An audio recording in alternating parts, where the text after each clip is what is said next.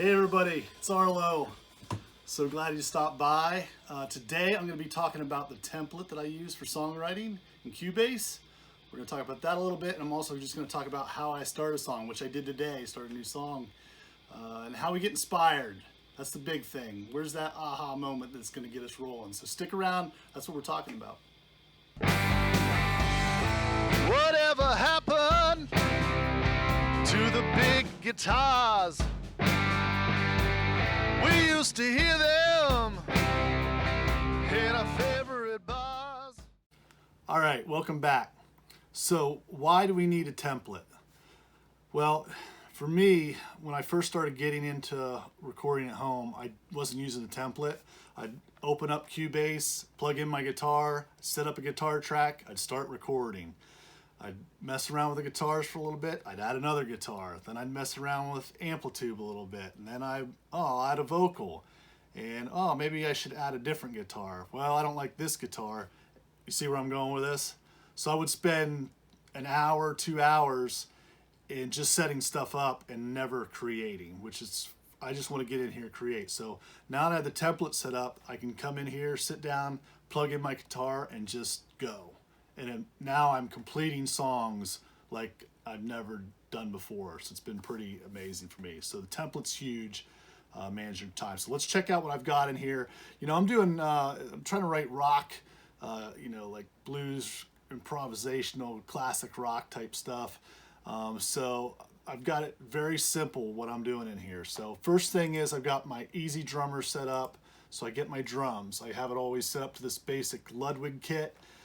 It's ready to go for me to start getting the drum track down. So that's always loaded in there. I don't have it broken out into kick, snare, all that yet. It's just all on one track, so I'm not messing with anything. Oh, the kick doesn't sound right, all this one track. Next up, easy bass.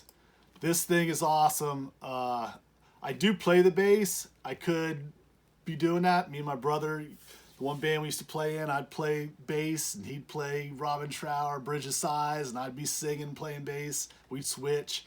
So I can do it for sure, and I love trying to do my Jack Bruce impersonations, which some people have seen that. I don't play like Jack, but I do a mean impersonation anyways. So easy bass is awesome because I just load it up, and I'll show you this in another video. It's phenomenal how quick I can get a bass track up there. And I'm not, again, noodling around trying to come up with some bass stuff. It's just very simple. It makes the songwriting part very effective and efficient. So we'll talk more about easy bass at another point. Next up, I got my guitars. I got them in a folder. I created a folder for guitars.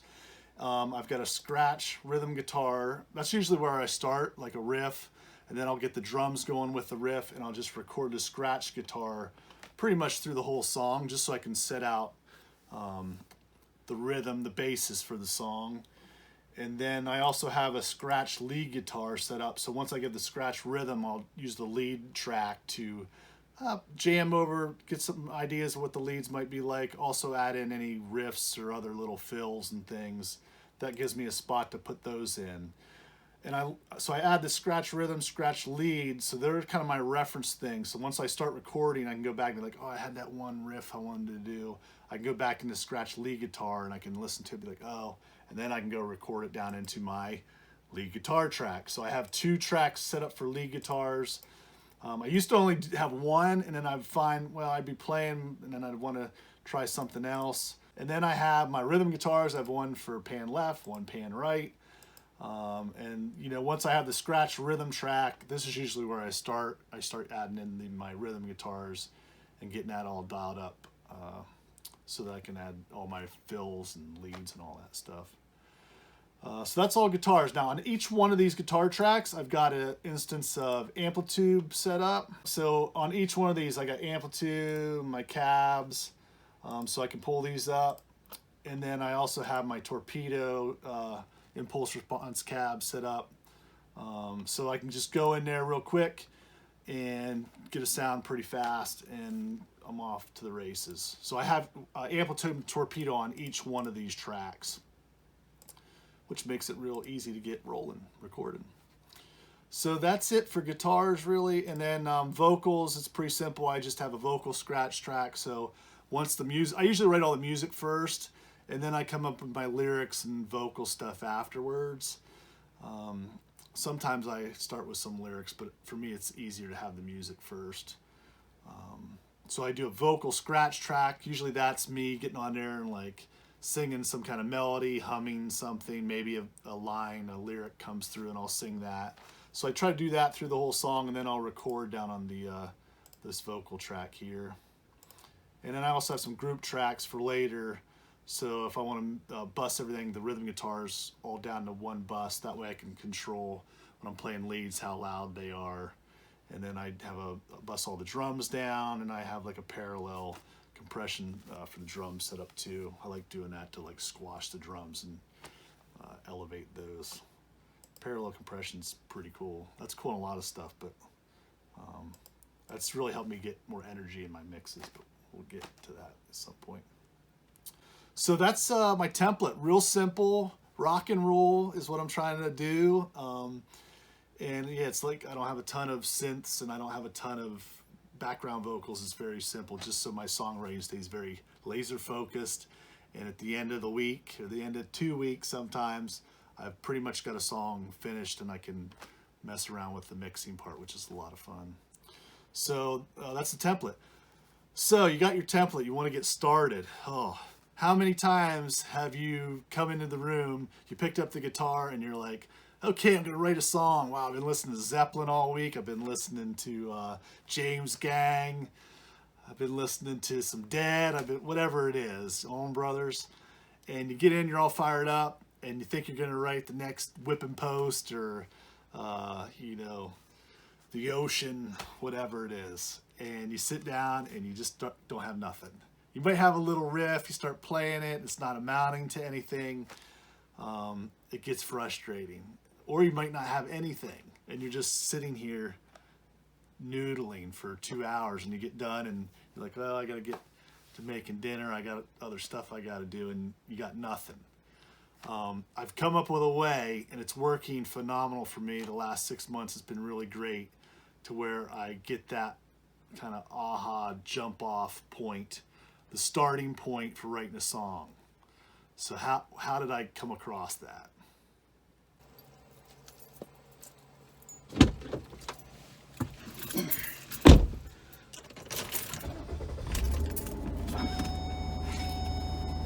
So one thing I've noticed over the years is anytime I get into the car and I start driving, which is fairly often, every day I get up, I'm either going to work or I have some days off and I'm running the kids somewhere. What's that? There we go. So I get driving, and usually about maybe 2-3 minutes in, some kind of melody starts popping into my head, some kind of riff, and it'll just start going and I'll start humming it. Notice it too when I'm just like mowing the grass. I don't know, time alone, but it'll come. And lately it's been coming really often, which is great. So say I get up, like right now, I get up, I'm driving into work. I got about a 20-25 minute drive to work. I start thinking about music. I have the music off, don't have any CDs playing, and the melody comes and the riff comes. I just let it come, And in those 20 minutes, I'll be humming along and I'll come up with, it might be the beginning of the song, it might be the verse part or a chorus, but whatever it is, I get it.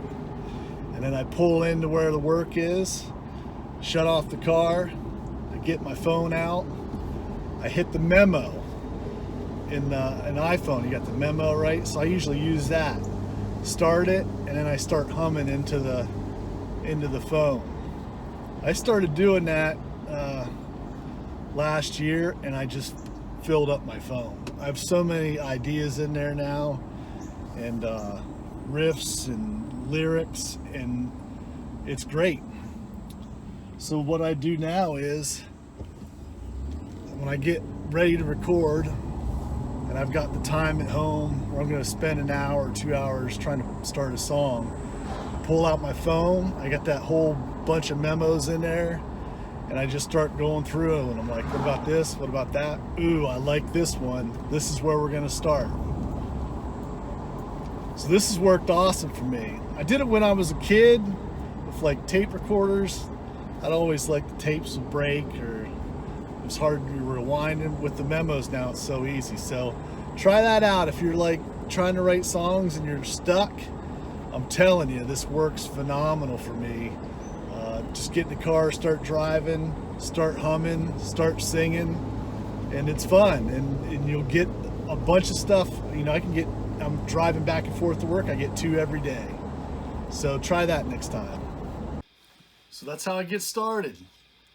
Drive around in the car, I get a melody, put it in my phone.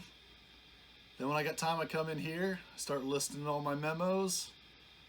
We're gonna work on that one today. And then I work on that one to completion. I just keep adding stuff, and we see how it turns out.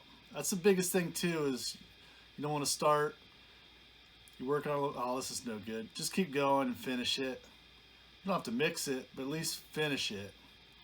And I'm finishing a lot more songs that way. In the past, I'd be like, and then now I'm like, and I get going on it, and I'm like, no, I'm going to change this, and now it turns into something interesting to me. So keep after it, give that a try. I hope that helps some folks out to get writing and get playing. That's all for now. Make sure you check out Sunday Jam with Arlo this Sunday. I'm going to be doing just an update on the ARC 3 system that I'm using. I'm going to show you some of the things I've learned on that since I did the video on that. So we'll quickly go over that. We'll go over some of the viewer comments and some stuff that's happening with the channel this week. And I've also got a special mystery box. I got a package from my father, and there's going to be some cool stuff in here you're going to want to check out. So make sure you hit the subscribe button and hit the little bell so you know when that's coming. And we'll open up the mystery box of I'm sure to be interesting musical gear from my father. So I'll see you next time. I hope you guys get to play some guitar today.